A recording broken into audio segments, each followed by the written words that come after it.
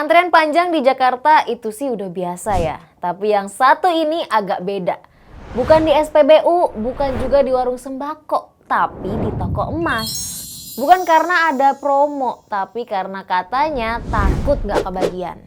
Ini jadi pemandangan yang beda ya, tapi jadi mikir nggak sih? Sebenarnya masyarakat kita tuh emang udah makin sadar pentingnya investasi atau ini cuma gelombang FOMO semata? Tapi bener nggak sih emas jadi jawaban dari semua keresahan kita tentang uang? Apalagi di tengah kondisi ekonomi yang lagi nggak stabil kayak sekarang. Biar nggak cuma ikut-ikutan asal beli, kita harus tahu dulu nih investasi emas tuh beneran untung atau malah buntung. Di episode ini, Gencu bakal ngupas tuntas kenapa harga emas lagi naik, gimana cara kerja investasi emas, dan siapa sebenarnya yang cocok investasi di sini. Biar lo nggak salah langkah dan nggak ngantre cuma karena panik. Gue Putra Aulia, selamat datang di Generasi Cuan.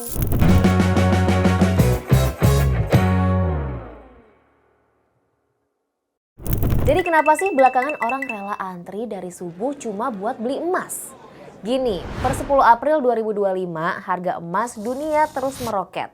Bahkan harga emas batangan Antam di Indonesia per 15 April 2025 udah tembus 1.800.000-an. Tentu aja ini terjadi bukan kebetulan ya. Gejolak ekonomi global, perang Timur Tengah, tarif impor baru Trump, semuanya mendorong para investor lari ke aset yang dianggap paling aman, yaitu emas.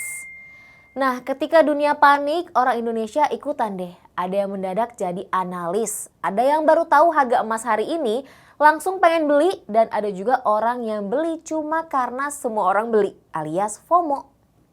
Akhirnya banyak orang berbondong-bondong beli emas, sampai muncul berita emas langka, stok terbatas, antrian mengular dari subuh. Nah, hati-hati nih, ini bisa dibilang jebakan investasi paling klasik.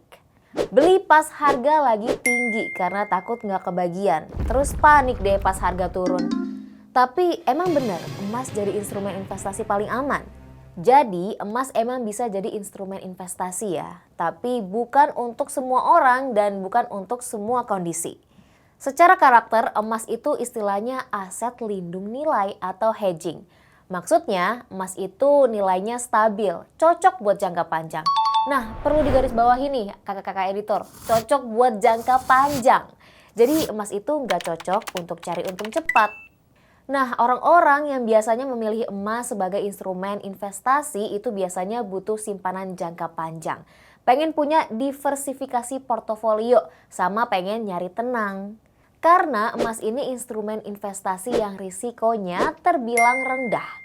Kalau yang tipenya tiap hari cek harga, gelisah aja bawaannya pas harga turun padahal cuma goceng, emas kurang cocok tuh buat mereka. Tapi emang iya ya investasi emas bisa bikin untung, bisa bikin kaya? Nah jadi dalam 10 tahun terakhir, dari tahun 2014 sampai 2024, harga emas batangan Antam emang naik nih dari sekitar 500 ribuan jadi 1,3 jutaan per gramnya.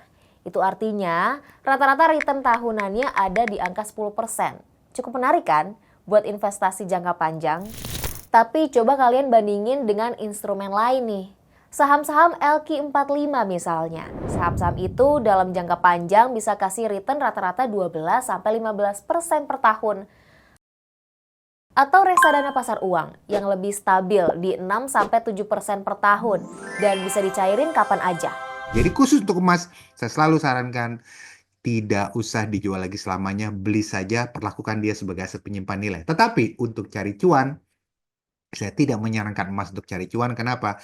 Karena ada banyak sekali alternatif investasi lain yang lebih bagus daripada emas untuk cari cuan. Contohnya saham. Sekarang saham harganya lagi turun-turun banget nih, harganya lagi murah banget. Itu dia luar biasa dan akan ada, menurut saya akan ada banyak jutawan-jutawan baru, miliarder baru ketika harga saham lagi turun seperti sekarang. Jadi menurut saya emas itu kalau di bawah 1-2 tahun dia biasanya apa namanya untuk cuan tuh dia nggak akan cuan-cuan banget. Kalau mau cuan ya di atas 3 tahun, di atas 5 tahun. Tapi sekali lagi saran saya beli tidak untuk dijual lagi selamanya. Cuma kalau pertanyaan, apakah dia bisa cuan banget? Jawabannya no. Anda bisa cuan banget pada emas kalau jangkanya sangat panjang, tapi kebanyakan dari orang Indonesia fokusnya masih jangka pendek. Jadi secara return, emas bukan yang paling tinggi, tapi emang lebih ke aman, stabil, dan gampang dipahami. Masalahnya banyak orang beli emas bukan saat harga lagi rendah, tapi malah saat lagi tinggi-tingginya. Dan ini nih yang bikin orang bukan dapat untung, malah jadi buntung. Ingat, yang ngantri duluan belum tentu cuan duluan. Karena di dunia investasi yang cepat bukan selalu yang dapat, tapi yang ngerti kenapa dia beli. Jadi saya selalu bilang bahwa orang beli emas itu, gak hanya emas, apapun investasi gitu, motifnya dua.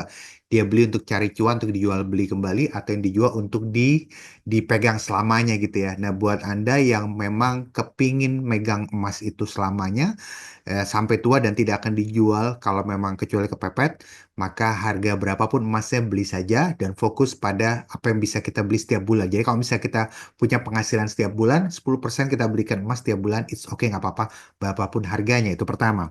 Tapi kalau kita beli emas dengan uang panas, jangan beli emas itu sekarang, ya. Atau kedua, kalau memang kita beli emas itu untuk cari cuan, jangan beli juga sekarang, gitu ya. Dan besar kemungkinan, saya selalu bilang, apa yang naik pasti akan turun lagi. Banyak orang bilang emas akan naik terus. Betul, dalam jangka panjang, histori sejarah emas memang naik terus. Betul, tapi jangan lupa. Biasanya emas hanya akan naik kalau terjadi problem di dunia ini. Kalau terjadi ketidakstabilan. Nah, ketidakstabilan itu pasti akan selalu ada di dunia ini. Nah, yang terjadi kemarin itu karena memang terjadi perang dagang, orang khawatir. Tapi begitu situasi membaik, ya, biasanya permintaan emas akan turun lagi. Jadi jangan lupa, emas naik dalam jangka panjang tuh memang karena permintaan, karena memang ya apa namanya, ada inflasi segala macam. Tapi emas itu, kenaikan emas yang terjadi kemarin itu lebih didorong karena namanya kenaikan permintaan. Kenaikan permintaan. Nah, jadi saya kasih tahu cara mainnya ya. Jadi di seluruh dunia ini biasanya orang itu fokusnya adalah dia beli saham. Nah, ketika ekonomi lagi menurun, orang menjual sahamnya dan dia belikan emas. Pasti mereka belikan emas. Ya, itulah yang membuat permintaan akan emas meningkat.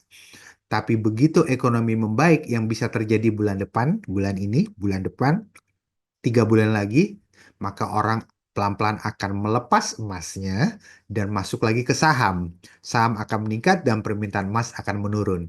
Pertanyaannya sekarang bukan berapa harga emas hari ini, tapi kenapa kita mau beli emas. Kalau cuma buat ikut-ikutan, mending pikirin lagi deh. Karena investasi yang baik dimulai dari kesadaran, bukan ketakutan. Kalau tujuannya buat menangin hati, emas bisa jadi solusi. Dia stabil, aset lo aman dari inflasi, returnnya juga lumayan oke buat jangka panjang. Tapi kalau tujuannya mau memperkaya diri, emas bukan satu-satunya jawaban. Ada banyak instrumen investasi lain yang bisa ngasih return yang lebih besar. Misalnya saham. Tapi ingat, meski pertumbuhannya signifikan, tapi saham punya risiko yang besar juga. Tentu ini sepadan ya dengan hasil yang didapatkan. Tapi yang paling penting, investasi terbaik nggak ada di toko emas, nggak ada juga di bursa saham. Investasi terbaik itu dimulai dari diri sendiri. Ketika lo udah peka sama tujuan keuangan lo, paham cara kerja uang dan nggak mudah kegoyang sama tren-tren yang lagi viral, mau lo naruh uang di mana aja, lo akan lebih siap, lebih bijak dan peluang cuannya akan lebih besar. Jadi kalian udah investasi uang kalian di mana aja? Tulis di kolom komentar ya.